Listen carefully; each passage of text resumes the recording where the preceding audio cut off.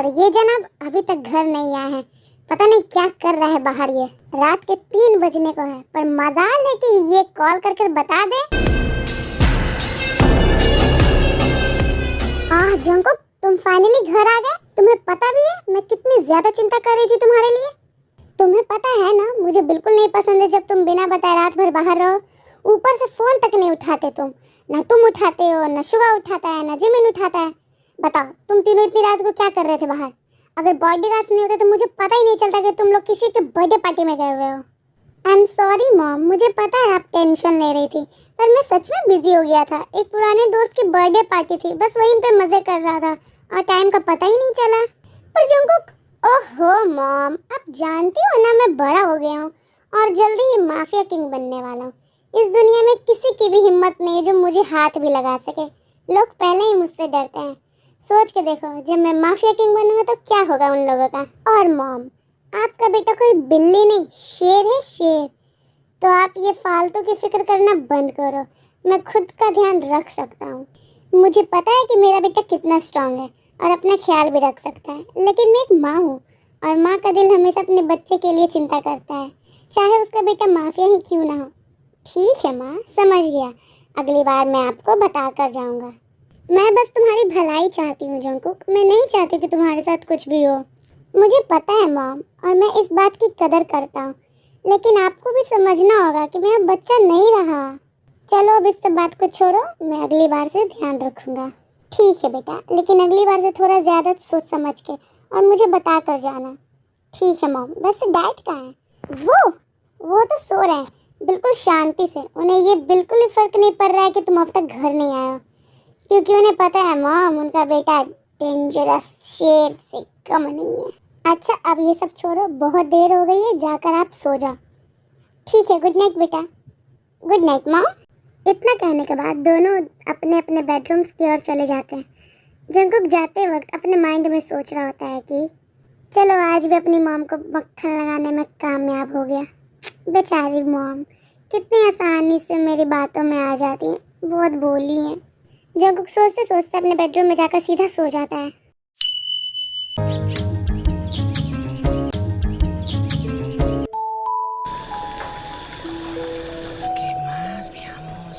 चयन बेटा, उठ भी जाओ। बेबी, आज तुम्हारी यूनिवर्सिटी का पहला दिन है। तुम लेट होना चाहती हो क्या? हाँ ग्रैनी, मैं तो भूल ही गई थी कि आज मेरा पहला दिन है यूनिवर्सिटी का। चलो जल्दी उठो, मैंने तुम्हारे लिए तुम्हारा फेवरेट ब्रेकफास्ट बनाया है। एग रोल्स और फ्राइड राइस, साथ में राइस केक भी है। सच में ग्रैनी, मेरा favourite breakfast, egg rolls, fried dumplings और साथ में राइस केक भी। अब बहुत अच्छी हो ग्रैनी। अच्छा अब ये सब छोड़ो और जल्दी से रेडी हो जा, वरना देर हो जाएगी। और हाँ, मेरे पास तुम्हारे लिए एक सरप्राइज है, तो जल्दी रेडी हो जा, मैं तुम्हारा वेट कर रही हूँ। सरप्राइज? कैसा सरप्राइज ग्रैनी? अगर मैं अभी बता दूंगी तो सरप्राइज कैसा होगा? अगर जानना है तो जल्दी से रेडी हो जाओ, तब तक मैं तुम्हारे कपड़े निकाल देती हूँ। ठीक है ग्रैनी।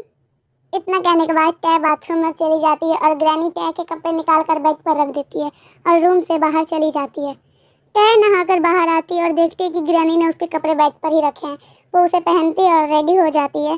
फिर वो अपने रूम से बाहर आती है और देखती है कि ग्रैनी किचन में है, टेबल पर ब्रेकफास्ट सेट कर रही होती हैं। ग्रैनी, अरे आ गई बेटा। तुम्हें पता है आज का दिन बहुत खास है मेरी बच्ची। मैं बहुत नर्वस हूँ, लेकिन खुश भी हूँ। नर्वस मत हो बेबी, सब कुछ ठीक होगा। और मेरी बच्ची, इस प्यारी से ड्रेस में तुम बहुत प्यारी लग रही हो। ग्रैनी, आप हमेशा मुझे बैगी क्लॉथ्स क्यों पहनाते हो? बाकी सब तो ऐसे कपड़े नहीं पहनते। बेटा, तुम्हें क्या लगता है मैं तुम्हें ऐसे कपड़े क्यों पहनाती हूँ? पता नहीं, शायद आपको ये कपड़े पसंद है इसलिए। नहीं बेटा, ये इसलिए है क्योंकि मैं तुम्हें इस दुनिया से बचाना चाहती हूँ। तुम बहुत मासूम और प्यारी हो और मैं नहीं चाहती कि कोई तुम्हारी मासूमियत का गलत फ़ायदा उठाए। ये कपड़े तुम्हें भीड़ में घुलने मिलने में मदद करेंगे और बेवजह की नज़रों से तुम्हें बचाएंगे। लेकिन क्यों? बच्ची, ये दुनिया बहुत बेरहम हो सकती है। यहाँ ऐसे लोग रहते हैं जो तुम्हारी मासूमियत और भोलापन का गलत फ़ायदा उठा सकते हैं। मैं चाहती हूँ कि जब तक तुम बड़ी ना हो जाओ और खुद को संभालने लायक ना बन जाओ, तब तक मैं तुम्हें सुरक्षित रखूँ। ओह ग्रैनी, मुझे आप पर भरोसा है। मैं वही पहनूंगी जो आप कहेंगी। ग्रैनी मन मन ही सोच रही होती है कि काश चाय को पता होता कि वो कितनी सुंदर है और उसके कर्व्स किसी भी आदमी का ध्यान खींच सकती है, लेकिन मैं ऐसा होने नहीं दूंगी। मैं उसे सुरक्षित रखूंगी, चाहे इसके लिए उसे ढीले कपड़े क्यों न पहनने पड़े।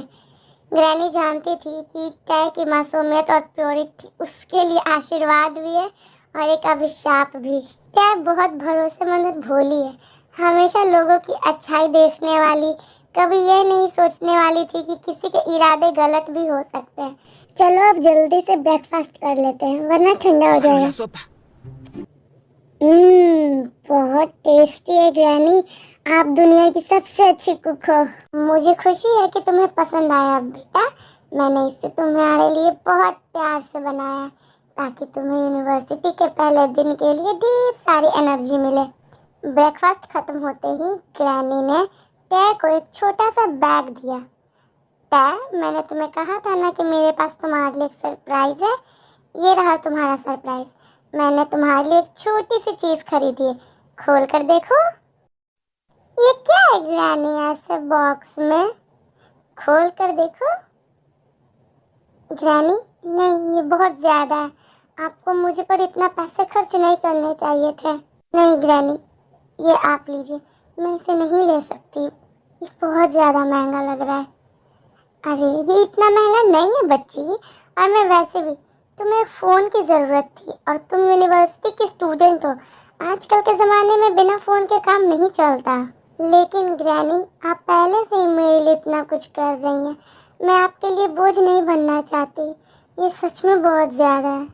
क्या तुम कोई बोझ नहीं हो, तुम मेरी फैमिली हो और तुम्हें खुश और सुरक्षित मैं देखना चाहती हूँ।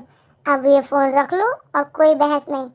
पर ग्रैनी, अब कोई परवर नहीं, कहा ना रख लो तो बस रख लो। ठीक है ग्रैनी, मैं इस फ़ोन को रख लेती हूँ, लेकिन ग्रैनी मुझे ठीक से फ़ोन चलाना नहीं आता। टै को फ़ोन चलाना सही से नहीं आता क्योंकि उसने पहले कभी स्मार्टफोन अपने पास नहीं रखा और उसे थोड़ा बहुत ग्रैनी के फ़ोन से ही पता था, क्योंकि कभी कभी वह सिर्फ ड्राइंग्स बनाने के लिए, कार्टून्स देखने के लिए या फ़ोटो क्लिक करने के लिए इस्तेमाल करती थी। कोई बात नहीं बच्ची, तुम्हें ज़रूरी चीज़ें इस्तेमाल करना तो आती ही है ना। हाँ ग्रैनी, तो अब और क्या रह गया, अभी के लिए इतना काफ़ी है। धीरे धीरे सब कुछ सीख जाओगी और मैं भी तुम्हें अभी सिखाऊंगी ना। और हाँ, मैंने अपना नंबर सेव कर दिया है, कोई भी परेशानी हो तो मुझे तुरंत कॉल करना। अच्छा अब चलो, मैं तुम्हें यूनिवर्सिटी छोड़ दूंगी। सच में ग्रैनी, मैं बहुत खुश हूँ, लेकिन ग्रैनी आपका काम, चिंता मत करो बेटा, मैंने आज के लिए ब्रेक ले लिया है। ये ग्रैनी, आप यहीं रुके, मैं अपना बैग लेकर आती हूँ। ठीक है बेटा, जल्दी आ। टै और ग्रैनी दोनों साथ में यूनिवर्सिटी के लिए निकल जाते हैं। काश हमारे पास कार होती ग्रैनी। बेटा, हम पैदल ही ठीक है, सिर्फ 25 मिनट्स का ही तो रास्ता है और ताजी ताजी हवा भी हमें मिल लेगी। सही कहा आपने ग्रैनी। वैसे मेरी टै किस चीज़ के लिए सबसे ज़्यादा एक्साइटेड है? मैं बहुत ज़्यादा एक्साइटेड हूँ नए नए दोस्त बनाने के लिए, नई नई चीज़ें सीखने के लिए। पर ग्रैनी, मुझे नर्वसनेस हो रही है, अगर मैं दोस्त नहीं बना पाई तो, और कोई मुझसे बात नहीं किया तो। मेरी प्यारी बच्ची, तू इतनी अच्छी है, लोग खुद तेरी तरफ खींचे चले आएंगे। बस अपने आप पर भरोसा रख, जो सही लोग हैं वो खुद तेरी ज़िंदगी में आ जाएंगे। सच ग्रैनी? हाँ बेटा, बिल्कुल। वैसे ग्रैनी, अब और कितने मिनट्स हैं हमें पहुंचने में? बस थोड़े से मिनट और बेटा, हम पहुंच ही गए।